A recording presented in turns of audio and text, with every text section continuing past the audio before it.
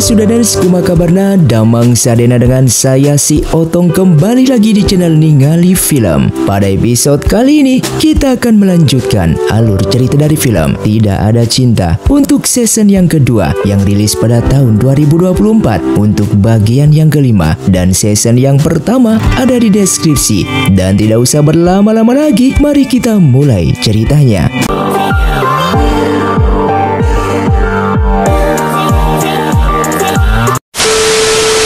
Film pun dilanjutkan dengan diperlihatkannya Sanjing yang membawa Xiaoyao dan Qiang Xuan yang sedang menyamar menjadi pelayan dan berada di kerajaan Haoling. Lalu di sana Xiaoyao meminta Qiang Xuan ini untuk segera kembali karena Haoling dan Xian sedang berperang. Ia khawatir Qiang Xuan yang merupakan seorang raja kerajaan Xian akan ditangkap dan dibunuh oleh mereka. Namun di sini Qiang Xuan meminta Xiaoyao untuk tidak perlu khawatir. Di saat Raja Haoling sudah terbangun dari tidurnya, pelayan di sana memberitahu kalau Sanjing datang bersama dengan kedua pelayannya. Mendengar hal itu, Raja Haoling langsung menyuruh mereka untuk masuk. Di saat mereka masuk, Raja Haoling langsung mengenalinya dan memanggil Xiaoyao serta Qiang Xuan. Kemudian Xiaoyao pun mengatakan, karena Raja Haoling sudah mengetahui kalau selama ini ia merupakan anak dari Cichen, apakah Raja Haoling tidak membenci ibunya? Mendengar hal itu, Raja Haoling memberitahu bahwa ibunya dan ayahnya tidak bersalah, melainkan ialah yang sebenarnya berhutang banyak pada mereka. Lalu ia pun menceritakan tentang pernikahannya dengan ibunya Xiaoyao yang hanyalah sebuah simbol agar orang-orang tidak mengetahui kalau Xiaoyao merupakan anak dari Cichen. Hal itu dilakukan oleh kedua orang tuanya Xiaoyao karena demi Xiaoyao itu sendiri, dikarenakan Cichen yang merupakan ayahnya itu musuh terberat dari semua kerajaan dan dianggap kejam oleh dunia. Maka dari itu ia pun meminta Xiaoyao untuk tidak menyalahkan kedua orang tuanya tersebut. Kemudian Raja Haoling mengaku bahwa dirinya ingin membawa Xiaoyao ke suatu tempat, yaitu ke Baili.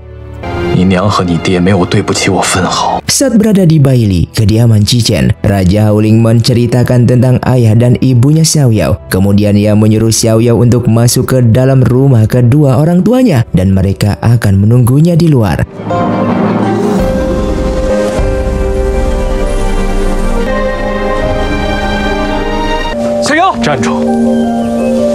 Di saat pertama kali masuk, Xiaoyao melihat lukisan seorang pria dan wanita, serta melihat seseorang yang sedang bersembunyi di balik pintu. Orang tersebut mengaku sebagai penjaga rumah ini. Di saat Xiaoyao bertanya tentang lukisan itu, penjaga rumah memberitahu itu adalah lukisan Cichen dan istrinya. Dan di saat Xiaoyao hendak mendekat, penjaga tersebut langsung melarangnya dan berkata dirinya terluka saat di medan perang di 20 tahun yang lalu, sehingga ia tidak bisa bertemu dengan manusia karena wajahnya yang sangat menakutkan. Kemudian Xiaoyao langsung menenangkan penjaga itu dan mengatakan kalau dirinya hanya ingin penjaga itu menceritakan tentang orang yang ada di lukisan itu. Mendengar hal tersebut, penjaga itu pun langsung menceritakan tentang Cichen dan juga istrinya. Di saat Xiaoyao memegang sebuah mainan, penjaga tersebut juga memberitahu bahwa mainan itu dibuat Cichen untuk putrinya. Lalu Xiaoyao juga memegang beberapa pakaian yang dibuat ibunya untuk Xiaoyao. Bahkan ia juga membuka sebuah kotak yang berisikan beberapa mainan yang dibuat oleh Cichen. Dan di sana Xiaoyao mengambil sebuah lonceng. Saat ia membunyikan lonceng tersebut, seketika Xiaoyao seperti melihat suara dan bayangan Cichen yang sedang bersama dengan ibunya. Namun ia langsung membuang lonceng tersebut. Setelah itu Xiaoyao bertanya kepada penjaga itu siapa dirinya yang sebenarnya. Saat Xiaoyao mendekatinya, ia langsung terbakar. Dan penjaga itu pun melarang Xiaoyao untuk mendekat. Namun Xiaoyao tetap saja mendekatinya karena ia sangat ingin mengetahui siapa sebenarnya penjaga itu. Di saat penjaga itu berdiri dan menyuruh Xiaoyao untuk patuh, seketika Xiaoyao baru tersadar bahwa penjaga tersebut adalah ibunya sendiri. Sambil menangis, Xiaoyao memanggil ibu dan berusaha ingin mendekatinya, namun ia tidak bisa. Lalu Xiaoyao mengaku kalau ia hanya ingin melihat ibunya. Kemudian ibunya pun membuka penutup kepalanya.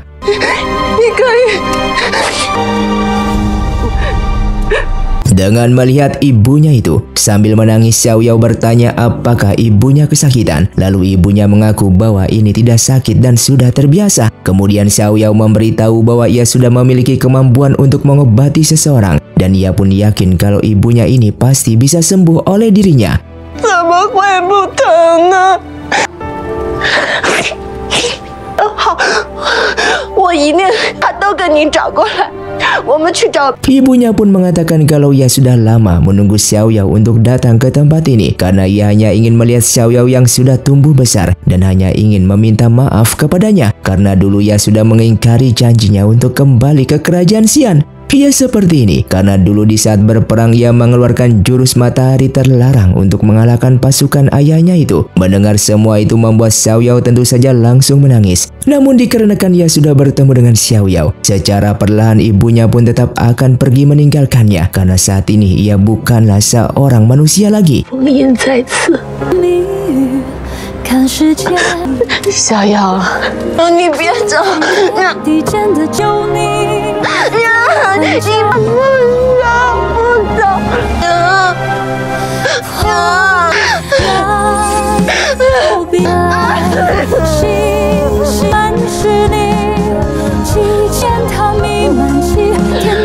，Setelah itu Xiao Yao bersama lainnya pun langsung memberikan penghormatan terakhir kepada ibu dan ayahnya Xiao Yao. Kemudian Raja Haoling memberitahu Xiao Yao kalau tanda yang berada di jidatnya itu merupakan bunga siling yang berguna untuk merubah bentuk wajahnya serta memiliki kekuatan yang sangatlah luar biasa. Namun dikarenakan saat ini energi Xiao Yao yang masih rendah, Xiao Yao pun masih belum bisa mengendalikan kekuatan serangan. Akan tetapi kekuatan perubahan wajah bisa dikendalikan dan untuk kedepannya Xiao Yao bisa menggunakannya untuk melindungi dirinya sendiri. Dan kekuatan itu merupakan kekuatan yang dimiliki oleh ayahnya Xiao Yao yang diberikan kepadanya.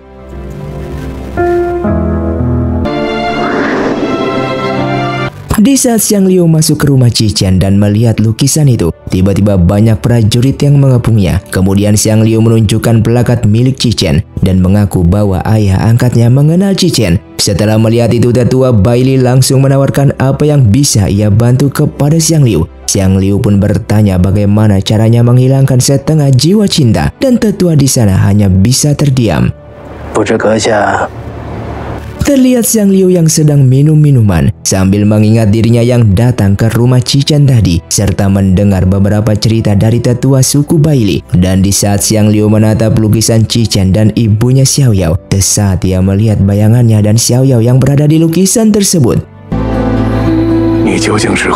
Xiang Liu mengatakan daripada bertemu dalam pertempuran, lebih baik saling melupakan karena ia mengerti seperti itulah masa depannya bila dirinya bersama dengan Xiao Yao, dikarenakan ia merupakan siluman. Kembali kepada Xiao Yao yang datang membawa obat bersama Sanjing dan menyuruh raja untuk meminumnya. Xiao Yao memberitahu penyakit yang dideritanya karena pikiran, sehingga penyakit itu akan segera pulih jika sang raja tidak terlalu memikirkan sesuatu. Saat ini ia sudah memutuskan siapa yang menjadi putra mahkota kerajaan ini. Dan ia pun memberitahu kalau Qiang Xuan lah putra mahkota itu yang sudah ia didik dari kecil yang merupakan muridnya. Mendengar itu, Qiang Xuan merasa dirinya bukanlah dari marga Haoling, namun ia berasal dari marga Xian. Lalu Raja Haoling memberitahu siapapun bisa menjadi putra mahkota tanpa adanya sebuah identitas marga. Bahkan alasan Qiang Xuan menyerang Haoling juga dikarenakan Qiang Xuan yang memang ingin merubah dunia menjadi satu kerajaan agar tidak ada lagi adanya peperangan. Mendengar hal itu, Qiang Xuan langsung berlutut dan sangat berterima kasih kepada gurunya ini karena sudah mempercayai kerajaan Haoling kepadanya.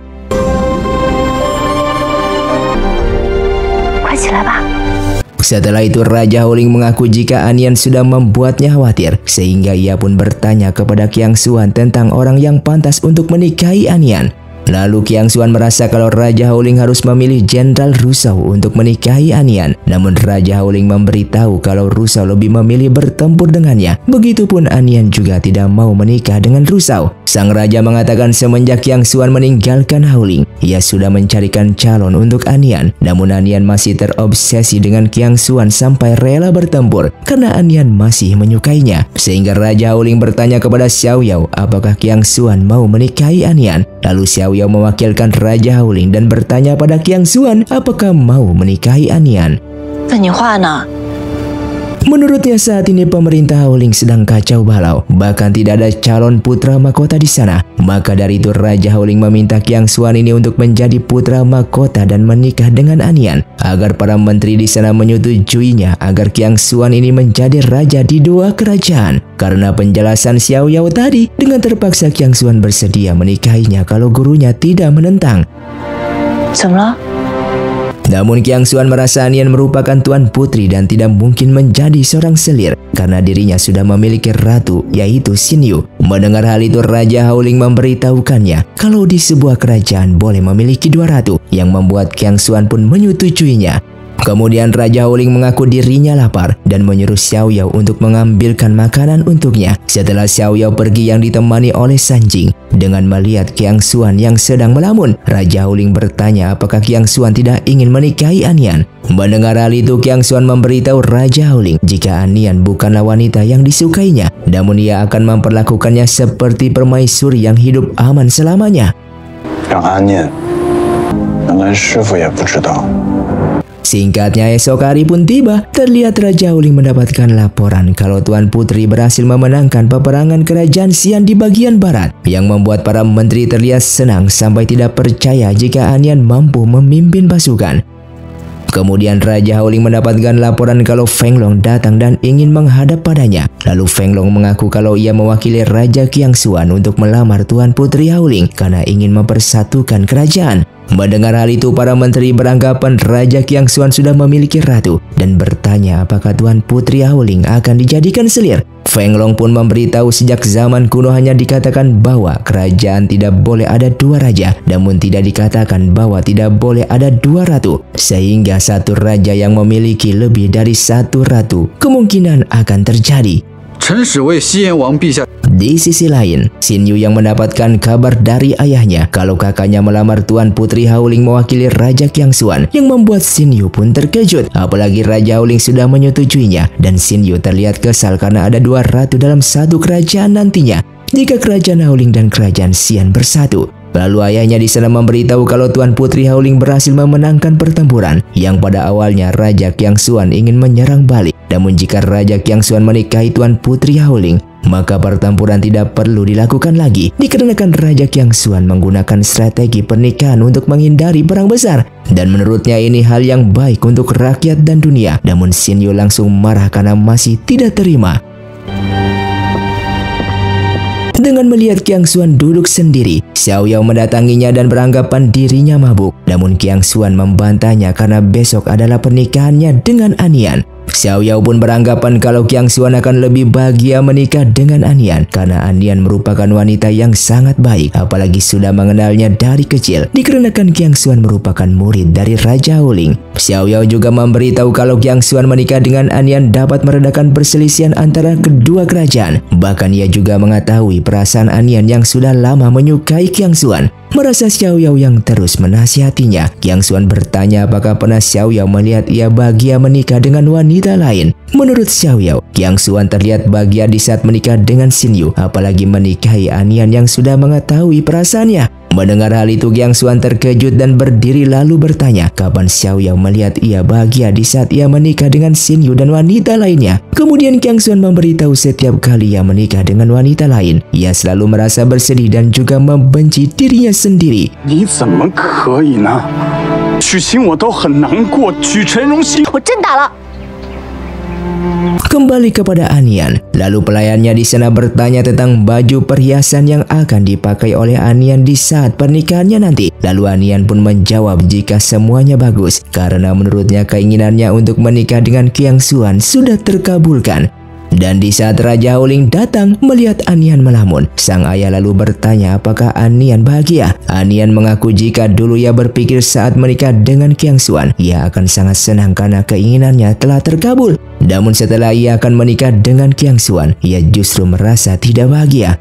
Mendengar hal itu, sang ayah memberitahu jika Anian menyesal, maka ia akan segera mengeluarkan dekret untuk membatalkan pernikahannya besok. Namun menurut Anian, seluruh kerajaan sudah mengetahui kalau ia akan menikah dengan Raja Qiangxuan. Sang ayah mengaku kalau ia merupakan seorang raja juga dan apa yang tidak bisa ia lakukan. Namun Anian mengingatkan sang ayah kalau seorang raja harus menepati janjinya. Jika tidak, maka seluruh kerajaan tidak akan mematuhinya lagi.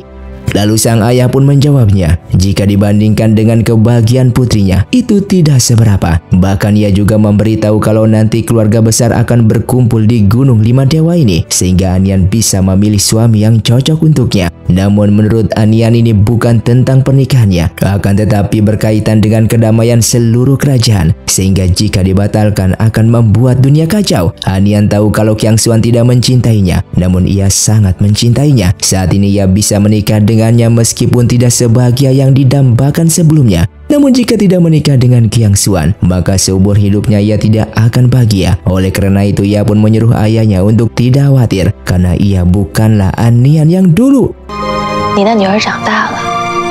Sementara itu Qiangxuan memberitahu kalau ia akan menikah dengan Tuan Putri Haoling dengan sangat bahagia. Namun ia meminta Xiaoyao untuk tidak menghadiri pernikahannya, bahkan tidak memperbolehkan kata selamat kepadanya, apalagi memberikan hadiah. 以后将是大荒之主，不要跟我说恭喜你，不送贺礼，也不去观礼。找一个一模一样的原子。好了，田中山都被你收服了。 Singkatnya, keesokan harinya tibalah upacara pernikahan antara Anian dengan Qiangxuan.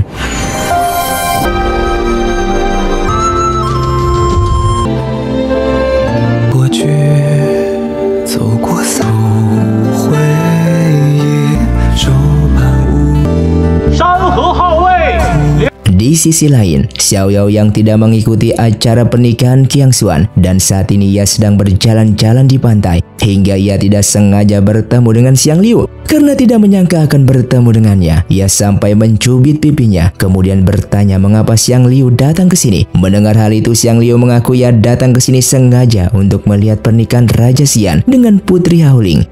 浩灵王是贤明之君，西燕王又是他亲手教导的徒弟。相柳。 Kemudian Sanjing datang dan membuat Xiaoyao menceritakan kepadanya kalau tadi ia tidak sengaja bertemu dengan Xiang Liu, yang dimana Xiang Liu mengatakan kalau jiwa yang berada di dalam tubuhnya ini tidak bisa dihilangkan. Namun Xiaoyao berjanji kalau ia pasti akan menemukan caranya dengan segala pengetahuan pengobatan yang ia pelajari selama ini. 一定会找到办法。 Di saat berjalan pulang, Xiaoyao mengingat bahwa ia dan Sanjing pernah datang ke tempat ini. 不许躲！ Terlihat Xiang Liu yang sedang memegangi mutiara bekas air mata Xiaoyao yang dulu sengaja ditinggalkan oleh Xiaoyao untuknya, yang membuat Xiang Liu merasa semakin bersedih karena ia tidak bisa mengungkapkan perasaannya kepada Xiaoyao seperti halnya Fang Bei.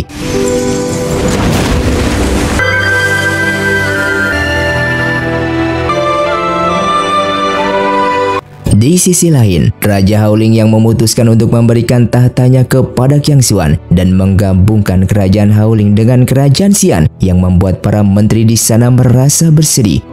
八荒六合本是一体， 恩陛下之命。好，陛下，万万不可！ Dengan mendengar dekrit yang mengumumkan bahwa Raja Haoling memberikan tahtanya kepada Qiangxuan, Raja terdahulu merasa sangatlah senang sekali karena merasa telah berhasil menyatukan kerajaan tanpa berperang atau mengganggu rakyatnya. Namun Raja terdahulu masih merasa sedikit khawatir karena masih banyak menteri Haoling yang tidak sepenuhnya setuju atas keputusan Raja Haoling, sehingga tidak mudah bagi Qiangxuan untuk sepenuhnya mengendalikan Haoling. Namun meskipun begitu, Raja terdahulu masih sangat yakin terhadap kemampuan Qiangxuan. 却在不到100年间， Singkatnya, di bawah pemerintahan Qiangxuan, terlihat kebijakan dan hukum menjadi jelas, dan mulai saat ini Haoling dan Xian benar-benar bersatu dan semuanya menghormati Qiangxuan sebagai penguasa dunia. Raja Haoling memberitahu kepada Qiangxuan bahwa ia ingin meninggalkan Gunung Lima Dewa dan pindah ke Gunung Xian. Raja Haoling beralasan kalau ia sudah lelah dan tidak ingin tinggal di istana lagi. Mendengar semua itu, Xiaoyao menawarkan ia untuk menemani Raja Haoling pergi ke Gunung Xian dan merawatnya, karena kebetulan Xiaoyao juga mengerti medis. 父王是一名好君王。的确是一位。 Di saat Feng Long datang menemui Xin Yu, ia masih sangat marah karena menganggap kakaknya ini membantu Qiangxuan melamar Tuan Putri Haoling karena tidak mau mendengarkan penjelasan dari Feng Long. Xin Yu pun menganggap kalau kakak dan ayahnya sudah mengorbankannya demi kepentingan keluarga dan jabatan saja. Lalu ia pun mengusir kakaknya ini untuk pergi dari hadapannya sekarang juga. 若没有我和父亲， Di markas pasukan Chenrong, seperti biasa Xiang Liu selalu mengawasi prajuritnya berlatih dan ia menganggap kalau mereka tidak akan bisa mengalahkan kerajaan Xian dan kerajaan Haoling yang saat ini sudah bersatu. Sementara itu berkat bantuan Sanjing, buku pengobatan Xiao Yao sudah hampir selesai. Itu berarti pernikahan Sanjing dan Xiao Yao juga semakin dekat. Xiao Yao mengatakan ia ingin menikahi Sanjing dan meminta Qiangxuan untuk mengeluarkan dekret untuk menjadikan Sanjing sebagai menterinya. Dan mereka berdua sangatlah bahagia karena bisa segera menikah. Di sisi lain, Qiangxuan semakin cemburu mengetahuinya. Ia tidak ingin Xiao Yao menikah dengan orang lain. Akan tetapi kakeknya memberitahu Qiangxuan suka atau tidaknya pernikahan mereka. Yang terpenting Xiao Yao bahagia. 为方凤仪居住在清水镇。 Terlepas dari itu, raja terdahulu dan Raja Qiangxuan membahas pasukan pemberontak Chenrong yang dipimpin oleh ayahnya angkatnya Xiang Liu. Mereka memikirkan cara bagaimana untuk melawan mereka karena mereka memiliki Xiang Liu yang cerdas dan memiliki kekuatan spiritual. Bahkan strategi mereka telah tertebak oleh Xiang Liu. Lalu Rusao pun memberikan sebuah ide untuk melawan Xiang Liu dan pasukan pemberontak Chenrong dengan melawannya menggunakan kekuatan atau kekuasaan raja. 陛下为何突然心情不好？ Di sini raja terdahulu setuju dengan ide Rusao untuk membujuk mereka menyerahkan diri agar tidak ada perang dan pertumpahan darah. 臣与洪江数次交锋，得臣化整为零，藏入。 Kemudian Feng Long mengajukan ayahnya untuk pergi ke Kingsui dan membujuk pemimpin Chenrong agar menyerahkan diri dan bersatu dengan sang raja. Namun pemimpin Chenrong menolak menyerahkan diri dan ia tetap ingin berperang sampai mati. 青苔伏地而生。 Setelah gagal membujuk pemimpin Chenrong untuk menyerahkan diri, ia pun bertemu dengan Xiang Liu. Lalu ia pun memberikan penghormatan pada Xiang Liu. Dan Xiang Liu menganggap setelah penghormatan ini mereka adalah musuh. 大树青苔，你我就是死敌。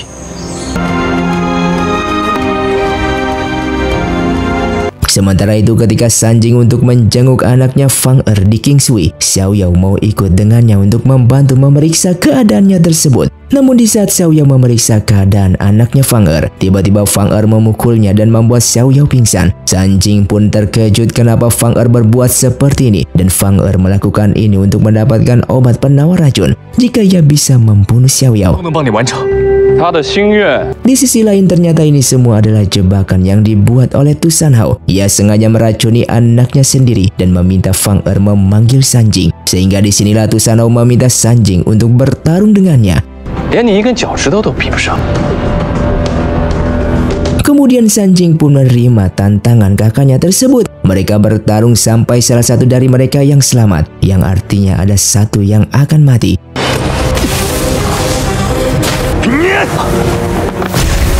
Sanjing pun bertarung sekuat tenaganya, tapi sayangnya kekuatan Sanjing melemah dan ia kalah dari Tu Sanhao.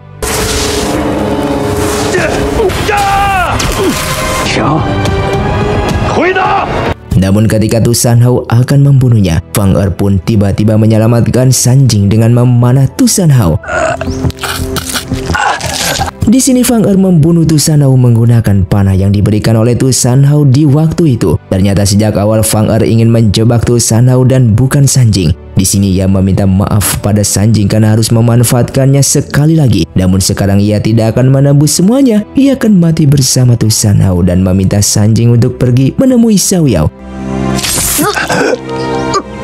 Tu Sanjing. Namun sayangnya sebelum Tu Sanhao mati, ia menyerang Sanjing sekali lagi dan akhirnya Sanjing pun terjatuh. Sedangkan Fang Er bersama Tu Sanhao mati bersama dan Sanjing pun menghilang di laut.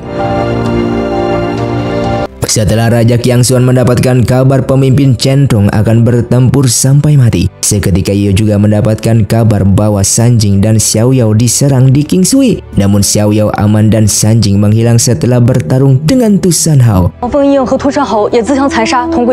Di sini Qiangxuan meminta pengawalnya untuk mencari keberadaan Sanjing. Lalu Li Rong pun menemukan jejak Sanjing melalui darahnya bahwa Sanjing terluka parah saat bertarung dengan Tu Shanhao. Dan sebelum Tu Shanhao mati, ia menyerang Sanjing dan membuat Sanjing pun terjatuh ke laut. Li Rong tidak bisa menyimpulkan Sanjing mati atau masih hidup karena tidak ada jejaknya lagi setelah terjatuh. Kemudian Qiangxuan meminta semua orang dan klan laut untuk mencari Sanjing.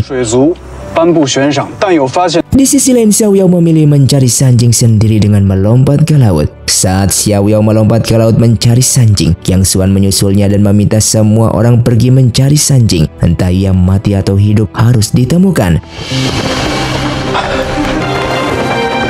Sementara itu Xiang Liu yang berada di atas langit mengetahui Sanjing menghilang. Ia juga merasakan jantungnya sakit karena Xiao Yao sakit setelah Sanjing menghilang.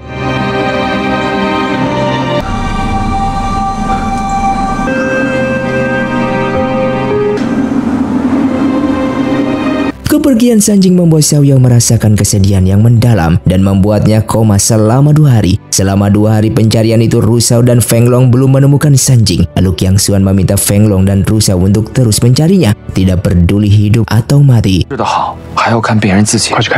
Ketika Xiao Yao sadar, ia mendengar kabar dari Li Rong bahwa mereka juga tidak bisa menemukan Sanjing. Di sisi lain, laut sangatlah luas, juga banyak monster laut dan hewan air. Terlebih lagi tubuh Sanjing yang terluka parah. Takutnya Sanjing tidak bisa bertahan karena dimakan oleh monster laut tersebut. Setelah mendengar kabar menyedihkan ini, Xiao Yao ingin pergi ke pantai dan Qiangxuan menemaninya.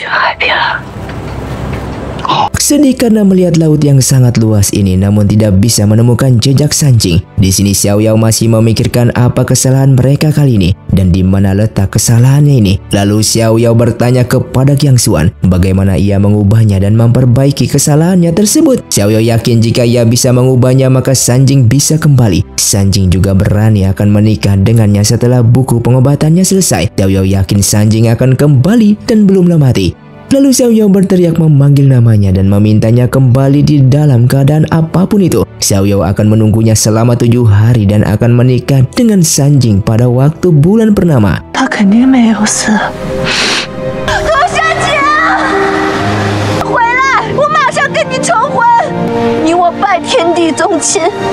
Singkatnya, di bulan purnama, Sanjing juga belum kembali. Walaupun Xiao Yao tidak ada Sanjing, namun ia tetap ingin menikah dengan Sanjing.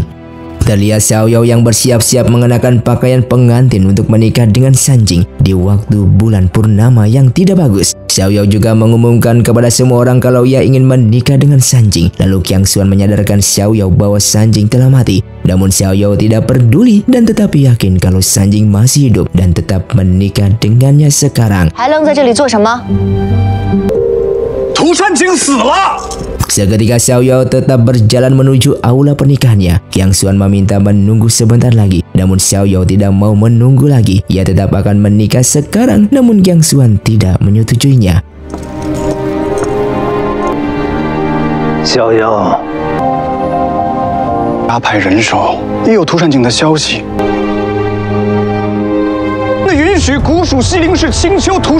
Kemudian Qiangxuan memberikan perintah bahwa tanpa persetujuan ia, maka Sanjing tidak boleh menikah. Semuanya pun tunduk dan takut dengan perintah dari sang raja. Lalu Xiao Yao pun berlutut pada Qiangxuan untuk memohon restu dari raja akan mengizinkannya menikah dengan Sanjing.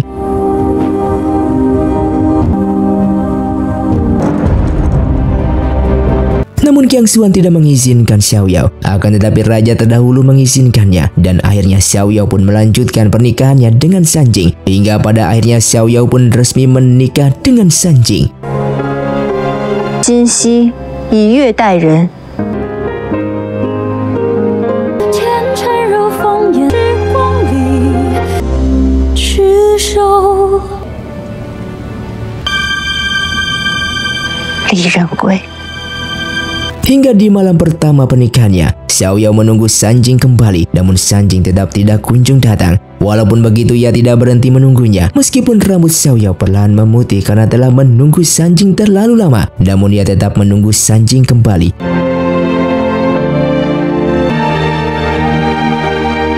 Lalu ia mengisi energinya dengan makan makanan yang pernah ia makan bersama Sanjing. Di sini ia tetap menunggu Sanjing kembali. Tidak peduli itu 10 tahun atau 100 tahun, ia akan menunggunya. 吃饱了。命运的迷惘，置身于世外，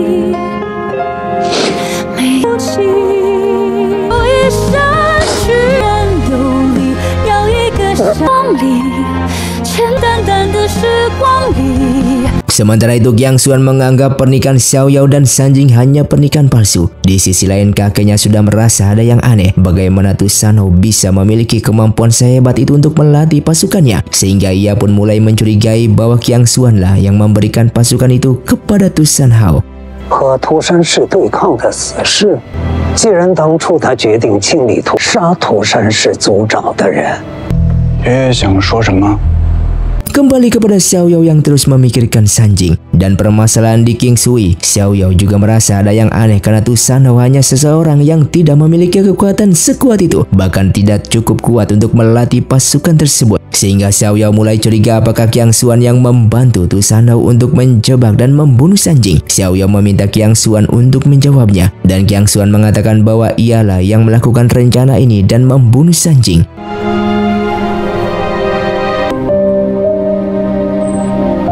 Alasan Qiang Xuan membunuh Sanjing karena ia tidak ingin Xiaoyao menikah dengan Sanjing. Xiaoyao marah dan kecewa pada Qiang Xuan karena ia telah membunuh laki-laki yang Xiaoyao cintai. Bahkan Xiaoyao telah membantu Qiang Xuan mendapatkan semua yang ia inginkan. Yang diinginkan Xiaoyao hanyalah Xinjing, namun Qiang Xuan tidak memberikannya. 是我的知己，为什么？ Xiaoyao yang marah dan ingin membunuh Qiang Xuan, dan Xiaoyao yang tidak bisa menahan emosinya setelah mengetahui kalau Qiang Xuan ingin membunuh Sanjing. Setelah Qiang Xuan membunuh Sanjing, ia sudah tidak menganggap Qiang Xuan kakaknya. Xiaoyao terus-menerus menyerang Qiang Xuan dan berusaha membunuhnya. Walaupun begitu, Xiaoyao tidak berbelas kasih pada Qiang Xuan.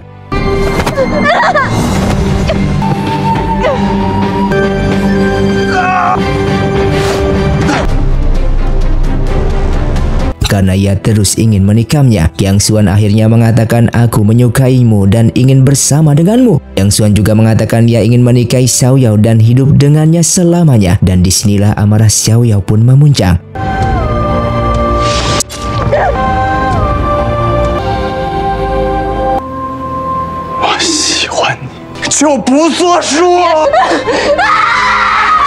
Setelah mendengar teriakan Xiaoyao, raja terdahulu dan pengawal Qiang Xuan pun datang memisahkan mereka. Xiaoyao semakin sakit hati melihat raja terdahulu yang ternyata sudah tahu semuanya.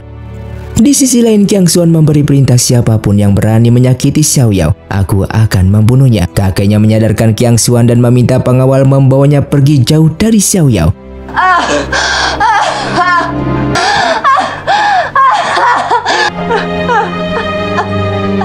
Setelah kejadian penyerangan ini, raja terdahulu memilih mengurung Xiaoyao agar tidak menyakiti Qiang Xuan lagi. Karena jika ia membunuh Qiang Xuan, Xiaoyao akan mendapatkan masalah besar. Di sini Xiaoyao tidak peduli karena ia bisa melarikan diri satu kali di saat ia dikurung siluman rubah 9 ekor. Sekarang ia juga pasti bisa kabur dari sana. Xiaoyao memikirkan bahwa ternyata ini semua kesalahannya karena Qiang Xuan menyukai dirinya dan membunuh orang yang Xiaoyao cintai hanya demi bisa hidup bersama dengannya.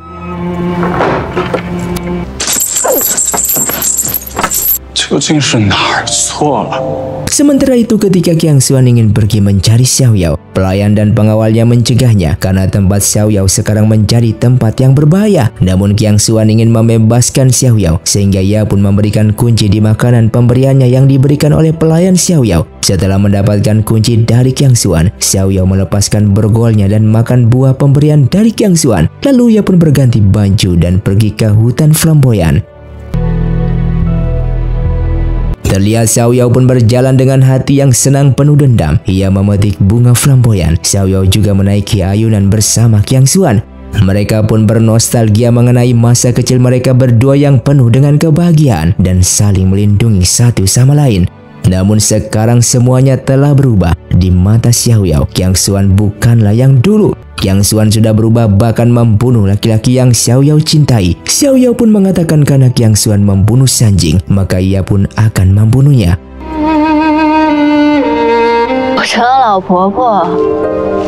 Lalu Xiao Yao memberikan bunga flamboyan yang sudah ia beri racun pada Qiang Xuan untuk membunuhnya. Namun Xiao Yao juga memakan bunga flamboyan itu dan akan mati bersama dengan Qiang Xuan. Mereka berdua makan bersama dan Qiang Xuan berpikir mereka akan mati bersama. Namun sebenarnya bunga yang diberikan oleh Xiao Yao pada Qiang Xuan tidak beracun. Sedangkan bunga flamboyan yang dimakan oleh Xiao Yao itulah yang ada racunnya. Lalu Xiao Yao pun akhirnya memilih bunuh diri untuk menebus kesalahan Qiang Xuan yang telah membunuh Sanjing karena ia sudah berjanji akan melindungi Qiang Xuan. Ketika Xiao Yao bunuh diri, Qiang Xuan sangat terpukul dan merasa bersalah, dan inilah karma yang ia dapat setelah membunuh orang yang dicintai oleh Xiao Yao. 是名震大荒的魔头，我不能伴着狼窝里。小妖！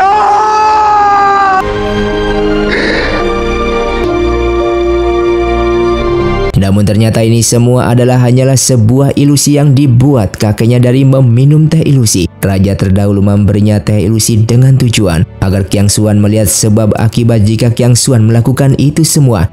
Namun Qiang Xuan mengatakan bahwa ia tidak membunuh Sanjing dan tidak pernah mengirimkan pasukan untuk membantu Tu Shanhao untuk membunuh Sanjing. Kakeknya juga ternyata sudah tahu bahwa bukan Qiang Xuan yang melakukannya. Namun ia meminta Qiang Xuan untuk menyelidikinya sekali lagi dan berpikir dengan cermat siapa yang berani dan memiliki kekuasaan sebesar itu untuk melakukan ini semua.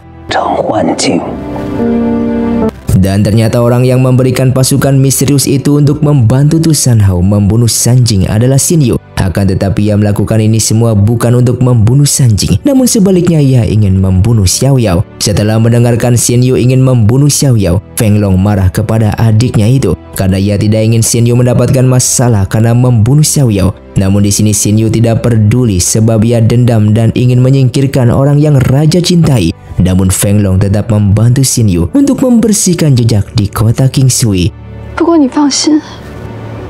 Meskipun Feng Long telah membersihkan jejaknya, namun Qiang Xuan tetap mengetahui kebenarannya bahwa Xin Yu lah yang membunuh Sanjing. Berhubung raja sudah tahu kebenarannya, Xin Yu pun akhirnya mengatakan bahwa ia tidak berniat membunuh Sanjing, melainkan ia berniat untuk membunuh Xiao Yao. Di sini Qiang Xuan tidak bisa menahan emosinya lagi. Ia menampar Xin Yu karena berani ingin membunuh Xiao Yao. Namun sayangnya Qiang Xuan tidak berani mencabut statusnya dan mengeksekusi Xin Yu. Dikarenakan jika ia melakukannya, maka dataran tengah akan hancur dan terjadi perang kembali. Lalu Qiang Xuan menghukum Xin Yu dengan mencabut kekuasaannya dan membuatnya hidup tersiksa di istana sampai mati. Sementara itu demi melindungi Xin Yu, Feng Long pun meminta Qiang Xuan memaafkan kesalahan Xin Yu. Lalu Feng Long rela turun ke medan perang untuk memimpin pasukan menyerang Aoling dan pasukan pemberontak Qianrong. Sebelum pergi, Feng Long lalu memberikan hadiah ulang tahun terakhirnya kepada adiknya ini dan berpesan agar Xin Yu menjadi ratu yang baik.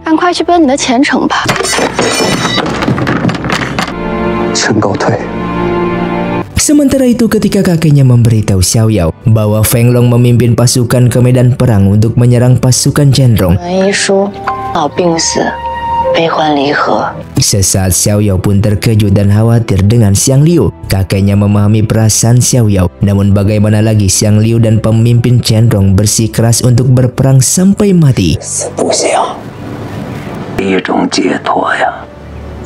Jauh dari lubuk hati, Xiao Yao memikirkan keselamatan dari Xiang Liu, namun ia juga memikirkan kota Qingshui yang penuh dengan kenangan indah. Bahkan di tempat itu juga ia menemukan Sanjing yang tidak berdaya dan memberinya nama Yeshiki. Bahkan di kota itu juga ia bertemu dengan Xiang Liu, dan waktu itu Xiang Liu mengira kalau Xiao Yao adalah mata-mata, sehingga di pertemuan pertama mereka, Xiang Liu menyiksanya. Saat Xiao Yao terobsesi meracuni Xiang Liu, Sanjing malah meminum racunnya tersebut. Di sisi lain, saat Xiao Yao mengingat kenangan masa lalunya di kota Qingsui, ternyata Xiang Liu datang ke rumah Xiao Yao yang ada di Qingsui. Sebelum berperang, ia mengucapkan perpisahan pada Xiao Yao di rumah ini. Xiang Liu menelusuri seluruh aula Haichun untuk mengingat kenangan indahnya saat bersama dengan Xiao Yao. Begitupun dengan Xiao Yao, ia juga mengingat kenangan yang bersama Xiang Liu. Hati mereka terkoneksi dan Xiang Liu mengetahui bahwa Xiao Yao juga sedang memikirkannya. Sebelum pergi berperang, ia pun tidur di rumah itu sambil membayangkan Xiao Yao ada di sana. Dan setelah beristirahat, ia pun mempersiapkan pasukan untuk berperang. 愿意留下，我洪江感激，好好相送。就是军师。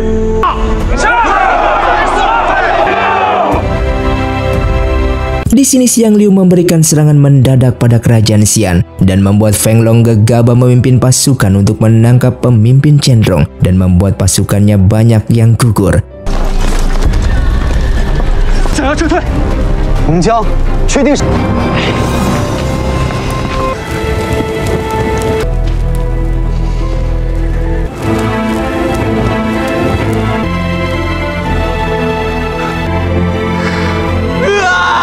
Di sini sang raja khawatir dengan Feng Long yang terlalu gegabah menyerang pasukan Chen-rong. Ia pun memutuskan pergi ke Qingsui dan Xiao Yao pun ikut bersama dengannya. 你不可以离开我的身边，所有的事情要听我的。 Ketika sampai di kota Qingsui, mereka bernostalgia masa lalu saat Qiang Xuan mencari Xiao Yao yang hilang. Saat pertama datang, Qiang Xuan sudah bertemu dengan Xiao Yao, namun ia tidak mengenalinya. Namun Xiao Yao tidak menyalahkannya karena pada akhirnya Qiang Xuan pun mengenali Xiao Yao. Dikarenakan mereka akan tinggal sementara di Qingsui, mereka menginap di kediaman Yu. Dan di kediaman ini ada kenangan Xiao Yao dengan Sanjing. Seketika Qiang Xuan khawatir dengan Xiao Yao, namun Xiao Yao tetap ingin tinggal di sana. Di kediaman Yu ini mengingatkan Xiao Yao dengan Sanjing lagi, dan di saat Xiao Yao mengingatnya, seketika ia pun sakit yang membuat Xiang Liu juga merasakannya. Di sini Xiang Liu juga bisa merasakan apa yang dirasakan oleh Xiao Yao dan ia juga bisa mengetahui di mana keberadaan Xiao Yao saat ini. Setelah merasakannya, Xiang Liu melukai dirinya sendiri dan mengoleskan darahnya ke anak panah. Hingga keesokan harinya, Xiang Liu menyerang Qiang Xuan dengan menembakkan panah kepadanya. Qiang Xuan berusaha melindungi dirinya sendiri, namun panah Xiang Liu sangatlah kuat dan cepat. Hingga pada akhirnya Feng Long pun maju melindungi Qiang Xuan. Feng Long akhirnya terluka dan saat Xiang Liu ingin menembakkan panah lagi pada Qiang Xuan, ia berputar balik dan tidak jadi membunuhnya. Singkatnya Xiao Yao pun berusaha mengobati Feng Long, namun percuma saja karena ternyata panah itu ada darah milik Xiang Liu dan darah Xiang Liu merupakan racun terganas dan tidak bisa ditawarkan. Dikarenakan dulu Xiang Liu memberinya berbagai racun. Di sini Xiao Yao tidak bisa menawarkan racunnya dan ia merasa bersalah pada Feng Long. Terlihat Feng Long yang sudah siap mati dan ia meminta pada Raja Qiang Xuan untuk memaafkan perbuatan dari Xin Yu yang telah membunuh Sanjing. Lalu Qiang Xuan hanya bisa menuruti permintaannya Feng Long karena ia sudah menyelamatkannya. Hingga pada akhirnya Xiao Yao sudah tahu kalau yang membunuh Sanjing adalah Xin Yu. Ia marah dan ingin membunuh Xin Yu, namun ia harus menahannya karena Feng Long sudah menyelamatkan Qiang Xuan.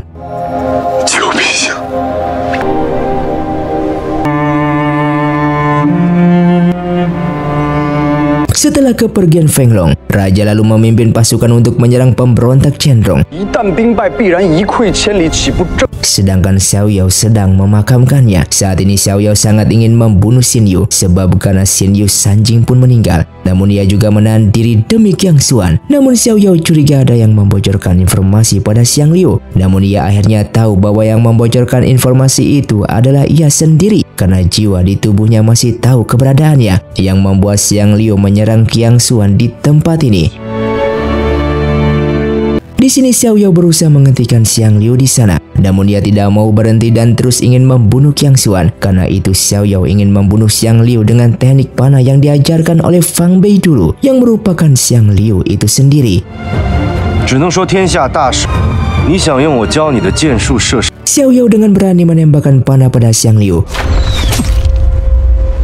namun tidak mengenai organ vitalnya. Dan di saat Xiang Liu meminta Xiao Yao menembakkannya dengan benar dan sebanyak mungkin agar bisa membunuhnya, Xiao Yao yang tidak tega melakukannya dan ia memilih pergi dari sana. Namun Xiang Liu tidak mengizinkannya pergi begitu saja. Ia meminta Xiao Yao membayar semua hutangnya dengan menggunakan darahnya tersebut. Di sini Xiang Liu meminta darahnya Xiao Yao dikarenakan darahnya itu merupakan obat untuk penyembuhan. Xiao Yao memberikannya sebanyak mungkin dan setelah ia memberikan darahnya, ia pun mengatakan bahwa setelah malam ini kita akan menjadi orang asing. Xiao Yao pun memutuskan hubungannya dengan Xiang Liu. Namun ini juga yang diinginkan oleh Xiang Liu. Saat tubuh Xiao Yao melemah dan hampir terjatuh, Xiang Liu menangkapnya dan dia mencurahkan semua isi hatinya tersebut. Ia pun menangis sambil memeluk Xiao Yao. Ia juga tidak tega melihat Xiao Yao. Cinta Xiang Liu begitu besar untuk Xiao Yao, namun Xiao Yao tidak mengetahuinya. Bahkan Xiang Liu juga sengaja membiarkan Xiao Yao untuk membencinya.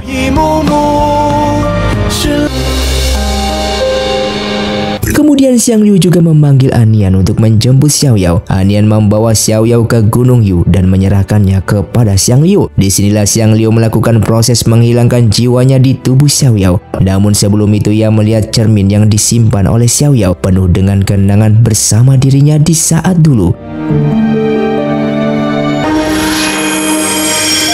Setelah itu Xiang Liu memulai untuk menghilangkan jiwanya di tubuh Xiao Yao. Namun ternyata Xiang Liu memang tidak bisa menghilangkannya, dikarenakan di saat dulu ia dengan sukarela menanamkan jiwanya itu bersama Xiao Yao ke dalam tubuhnya Xiao Yao. Hanya ada salah satu cara untuk menghilangkan jiwanya itu, yaitu mengorbankan dua nyawanya untuk membunuh jiwanya tersebut dan menyelamatkan Xiao Yao.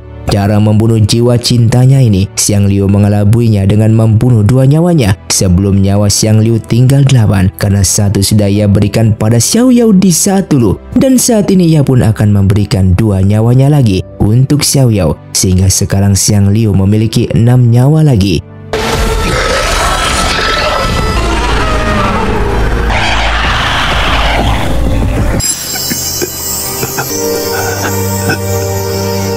Setelah menghilangkan jiwanya, Xiang Liu mengucapkan perpisahan pada Xiao Yao dan mengembalikan Xiao Yao pada Anian.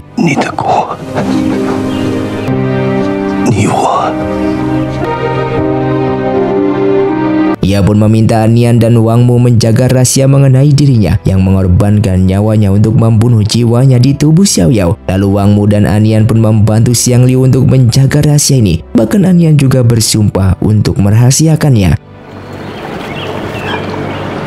今夜过后，为何不能让他知道？是告知小妖，玉山不留外客，多一命少一命。告辞。 Setelah semuanya selesai, Xiang Liu meninggalkan Xiao Yao karena harus tetap lanjut untuk mempersiapkan perangnya. 青山埋骨。 Sementara itu Qiang Xuan mendapatkan kabar dari Li Rong bahwa Sanjing telah ditemukan dan sekarang pergi ke Gunung Yu karena merindukan Xiao Yao. Setelah itu Qiang Xuan pergi ke Gunung Yu untuk melihat keadaan Xiao Yao, namun ia tidak menghampirinya karena ia sudah tahu yang ingin ditemui oleh Xiao Yao bukan dirinya melainkan Sanjing. 连桃花是一样的景致，粮草。 Tak lama kemudian, Sanjing pun datang memanggil nama Xiao Yao. Xiao Yao mengira ia sedang berhalusinasi, namun ternyata yang ada di hadapannya nyata. Sanjing telah kembali. "是真的，我是温小六的叶世。真的是你。 Xiao Yao yang sangat senang karena Yashiki sudah kembali di pelukannya dan ia tahu bahwa Yashiki akan kembali kepadanya. Setelah melepas rindu, Sanjing menceritakan bahwa Xiao Yao yang menyelamatkannya berkat boneka yang diberikan oleh Xiao Yao. Anak panah dari Tu Shan Hao tidak mengenai organ vitalnya. Saat ia terjatuh di sungai Saihe, ia pun beruntung tidak bertemu monster laut dan perlahan hidup dengan obat yang diberikan oleh Xiao Yao sebelumnya.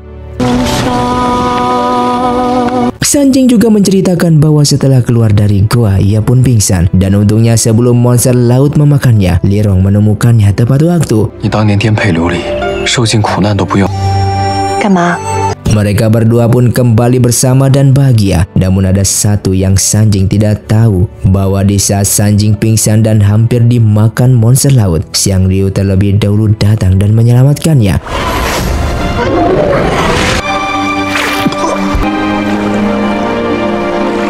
Setelah itu Xiang Liu menggiring Sanjing kepada Lirong. Xiang Liu menyelamatkan Sanjing juga agar Xiao Yao tidak sendiri setelah ia meninggal nanti. Ia sudah mempersiapkan dengan baik dan memberikan boneka yang diisi obat kenangan terakhir dari Xiao Yao. 可是我还是害怕，很可怕。 Di sini Xiang Liu berharap bahwa Xiao Yao bermimpi indah.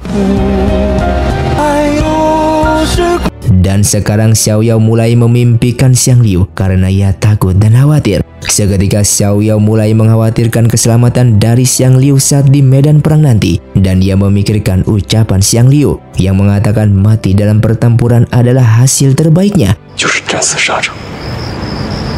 Singkatnya mimpi buruk Xiao Yao pun terjadi saat di medan perang. Karena Ru Shao yang berhasil mengepung pasukan Qianrong untuk memancing Xiang Liu.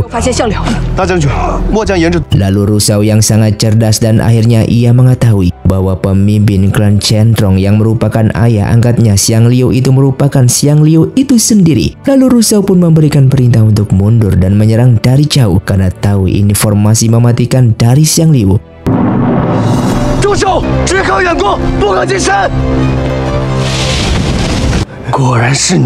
Di sini Xiang Liu sangat kagum dengan kecerdasan dari Ru Shao karena jika tidak mereka akan terjebak dalam formasinya yang mematikan. Ru Shao pun memberinya saran jika Xiang Liu menyerah, ia akan memberitahu raja untuk menjadikannya seorang raja. Namun Xiang Liu tidak mau dan ia ingin tetap berperang daripada harus menyerah. Di sini Xiang Liu membuat formasi mematikan untuk menjebak prajurit kerajaan Xian dengan menggunakan darahnya untuk meracuni para prajurit. Dikarenakan darah Xiang Liu merupakan racun terganas dan mematikan yang tidak bisa ditawar. Namun kondisi tubuh Xiang Liu saat ini sedang melemah karena baru saja menyelamatkan Xiao Yao dan Sanjing. Ditambah lagi nyawa Xiang Liu tinggal 6 dan saat ia menyebarkan racun, tubuhnya semakin melemah.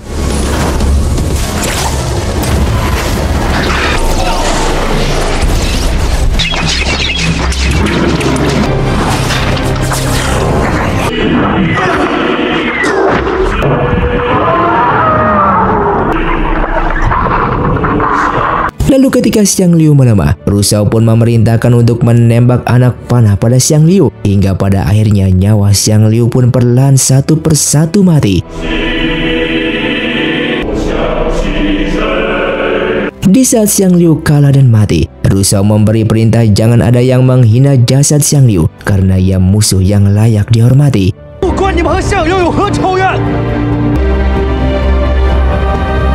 Di akhir peperangan, Ru Shao menghormati Xiang Liu.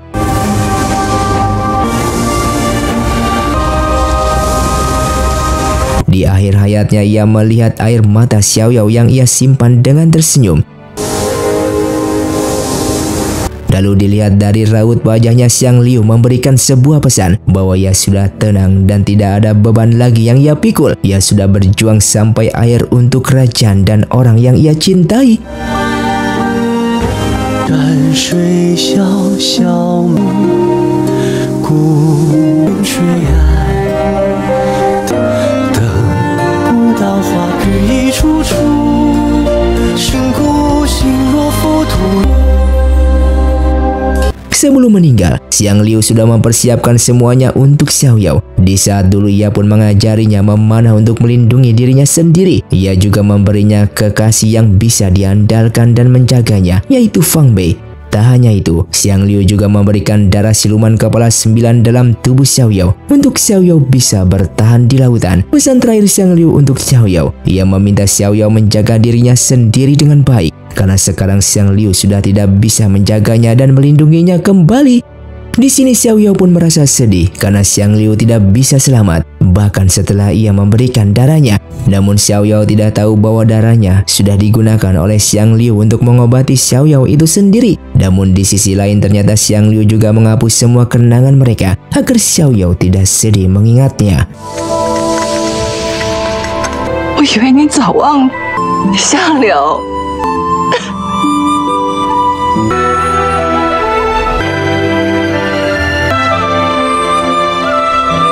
Walaupun Xiang Liu adalah musuhnya, Qiang Xuan tetap menghormatinya dan menepati janjinya untuk membuat tanda puncak Gunung Chenrong sebagai kawasan terlarang.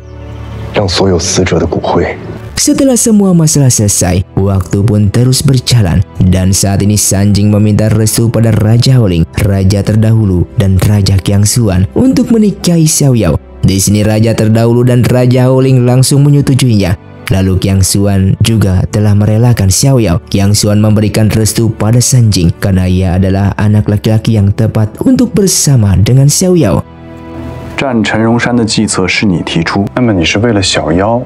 Sebelum pernikahan Xiao Yao, Qiang Xuan mengajaknya ke kebun flamboyan. Disinilah Qiang Xuan mengungkapkan isi hatinya dan memberinya bunga pemberian ibunya pada Xiao Yao. Qiang Xuan juga memberitahu Xiao Yao bahwa Xiao Yao lah orang yang selalu Qiang Xuan cintai selama ini. Qiang Xuan memakaikan bunga tersebut pada Xiao Yao dan sekarang Qiang Xuan sudah melepaskan Xiao Yao bahagia bersama laki-laki yang dicintainya. 我要永远在一起。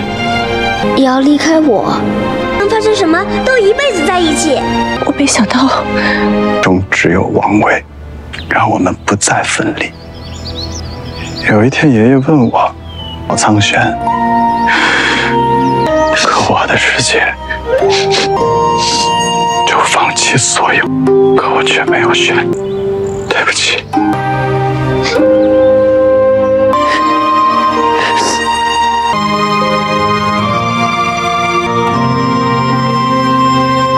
Qiang Xuan akhirnya kehilangan Xiao Yao selamanya karena Xiao Yao sudah menjadi istri orang lain. Namun ia tetap senang dan merestui pernikahan Xiao Yao dan Sanjing. 启程。苍玄不能久留，得急。 Setelah upacara pernikahan selesai, Xiao Yao membawa Sanjing mengunjungi makam ibunya dan mereka memberikan penghormatan bersama. 我已经卸下了所有的负担。 Xiao Yao dan Sanjing belum memutuskan untuk menetap di mana. Mereka hanya ingin berjalan-jalan bersama dulu. Sebelum Xiao Yao pergi, Anian memberikan hadiah pernikahan untuknya. Hadiah pernikahan ini sebenarnya dari Xiang Liu, namun Anian merahasiakannya sehingga Xiao Yao hanya tahu boneka ini dari Anian. Lalu Anian pun meminta Xiao Yao untuk membawa boneka ini bersama di saat mereka keliling dunia. Xiao Yao juga membawa boneka Xiang Liu dan bunga dari Qiang Xuan keliling dunia bersama dengan Sanjing. Walaupun ia kehilangan Xiao Yao, namun ia tetap bahagia saat melihat nama Xiao Yao.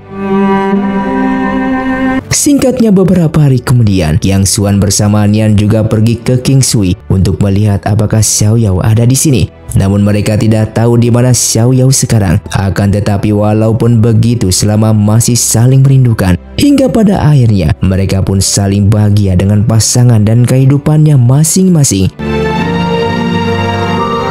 Dan film pun tamat. Terima kasih untuk kalian yang sudah mengikuti dan menonton film ini dari awal hingga akhir. Kalian sangatlah luar biasa. Buat kalian yang mau request film selanjutnya, silahkan komentar di bawah ini. Sampai jumpa di video selanjutnya. Saya pamit ulang dari Ningali Film. Saya undur diri dan salam Sundaners.